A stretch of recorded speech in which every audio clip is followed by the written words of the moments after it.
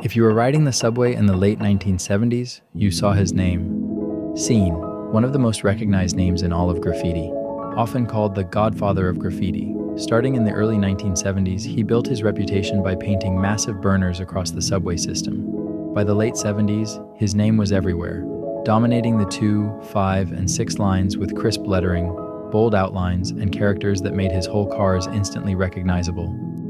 Unlike many writers, he wasn't tied to just one style. He constantly experimented, refining his techniques and adapting to new challenges. As transit officials struggled to keep up with graffiti, Scene's work kept running, outlasting buff attempts and setting a standard for other writers to follow. Unlike a quick tag or throw-up, whole cars changed the game. A whole car was a full subway car covered top to bottom in a single cohesive piece. Pulling one off took patience, the right materials, and knowing exactly when to move. Some were done in the dead of night deep in the train yards, while others were hit in broad daylight on layups, stationary trains resting between runs. One of Scene's most legendary whole cars was painted in broad daylight, Hand of Doom. It was a Saturday afternoon in the summer of 1980, deep in the number 6 train yard. Scene had been at it for hours, methodically laying down bold, thick letters over a striking blue background.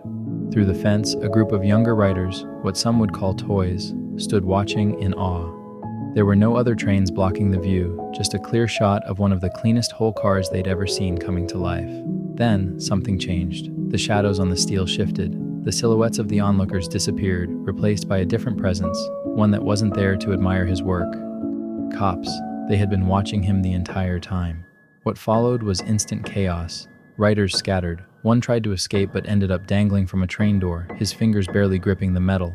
Scene didn't hesitate. He ran. He sprinted through the yard, dodging rusted tracks and debris with police closing in behind him. But even in the middle of the chase, he stopped, just for a second, to admire a whole car he had finished the night before. Then, he was gone.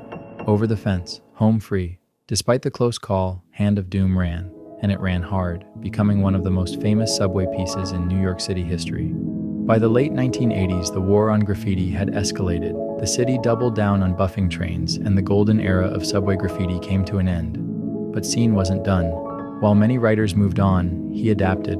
His name started appearing on legal walls, canvases, and eventually in galleries around the world.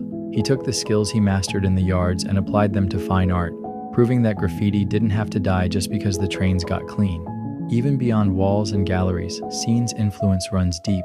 His approach to lettering, use of bold colors, and the way he brought characters into his burners continue to inspire new generations of writers. Whether it's on a freight train, a city rooftop, or a gallery wall, the DNA of Scene's style is everywhere. Few writers have left a mark as lasting as his.